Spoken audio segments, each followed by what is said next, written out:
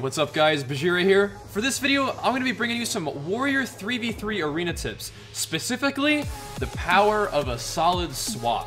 And the first thing we're going to look at today is swapping to a healer. And I'm going to go through a game that provides us with a beautiful example of an opportune time to swap to a healer and just how effective that healer swap can be.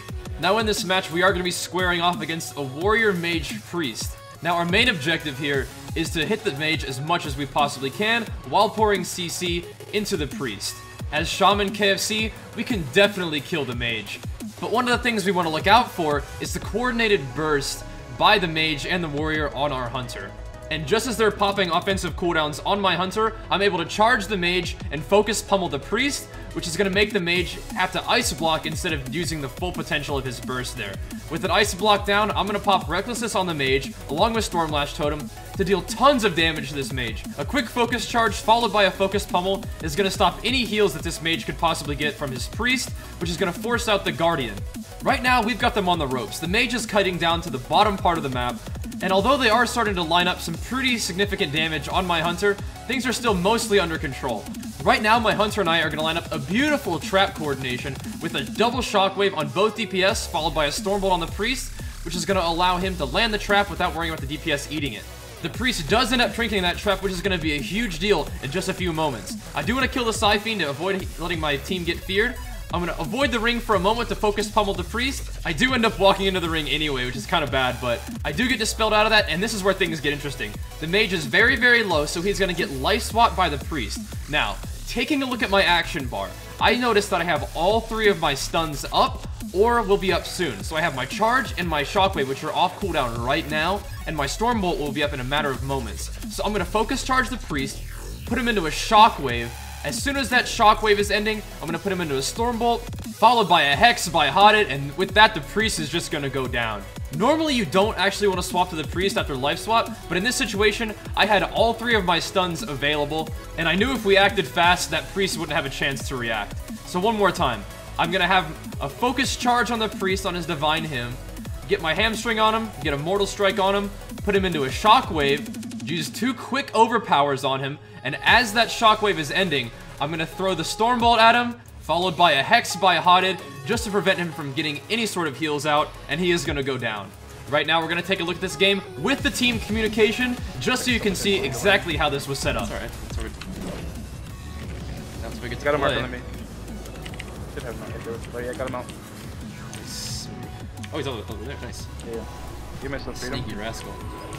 Got the Nice. Thunderbolt on. Warrior. Chastise? I'm gonna go battle. Good you're not. He's trying to palm you. He has palm up right now, by the way. It's fine, I put freedom down. He can't Nova. Nice. He cannot Nova. So much damage, please. Yeah. Ooh, kick priest, dude. Nice. Scatter trapping. Nice. I got deep. Dude, this You're off. completely fine. Full shot, I'm gonna go hammer this. Storm machine. Yeah, Sonic Major. Look at this. Stopping you here, don't worry. Yeah, I haven't even attacked myself yet.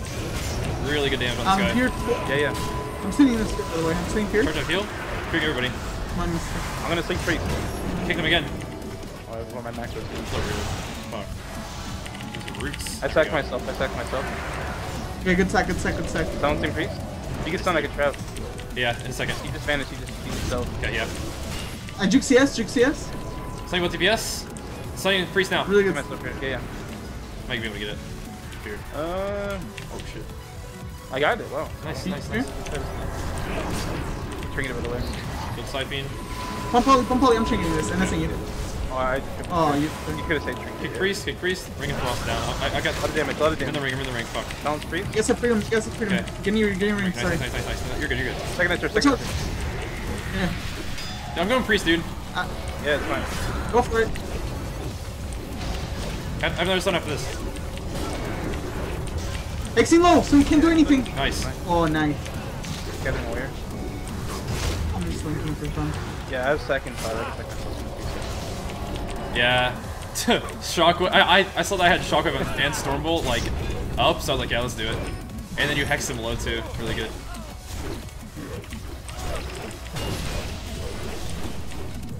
And everything I needed. Charge, Shockwave, Stormbolt. Alright guys, now we're gonna look at part 2, swapping to a DPS. Now once again, This is going to be very situational, but look at how it's set up. In this match, we're fighting against an RMP, Rogue Mage Priest, and our strategy is going to look very similar to what we employed against the Warrior Mage Priest.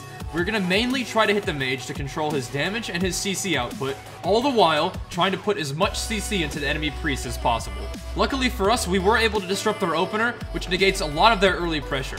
Another very important thing to note about this game is that the Rogue trinketed my opening shockwave on their whole team, which means that throughout the game, it would be a good idea for us to look for chances to swap to this Rogue, since KFC is capable of globaling a Rogue 100-0. What that will require, however, is for the Rogue to not have a trinket, and the Priest to not have a trinket as well. Since the Priest did just use his Will of the Forsaken on my Fear, it gives us a little bit of a window to set up a swap to this Rogue. Once again, I'm going to catch this Priest in a shockwave, charge the Mage, pummel that Polymorph, and with his Priest in a trap, that is going to force an Ice Block out of this Mage. I'm going to throw my Stormbolt onto this Rogue just to keep my Hunter out of trouble, because things can get ugly at any time versus a Rogue Mage team. I'm going to root this Mage in place just to make sure he can't get away, get a little bit more damage on him. I am going to get Polymorphed here. Once I get Dispelled out of this Polymorph, I'm already thinking about how we're going to set up this swap. I do see that the Priest has his Trinket back up again, so even though we maybe should have swapped a little bit sooner, I still think we can catch this team off guard with a hard swap to this Rogue. This Rogue is off stun DR and doesn't have a Trinket. So out of my Chastise, I'm going to charge to the Rogue, throw a Stormbolt at the Priest. My Hunter is going to trap the Priest out of that. I'm going to Shockwave the Rogue, pop everything I've got, drop a huge Mortal Strike, followed by a 61k slam onto this Rogue. The Priest is going to Trinket the trap, but it's already too late.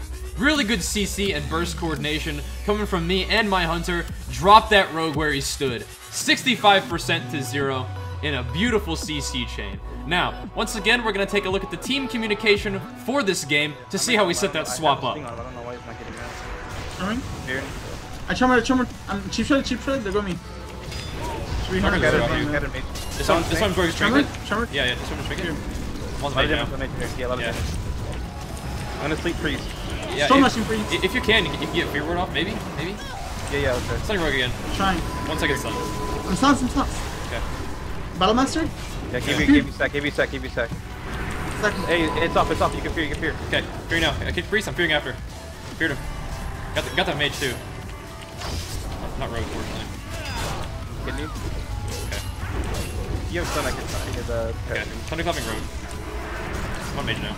I don't have a stun right now.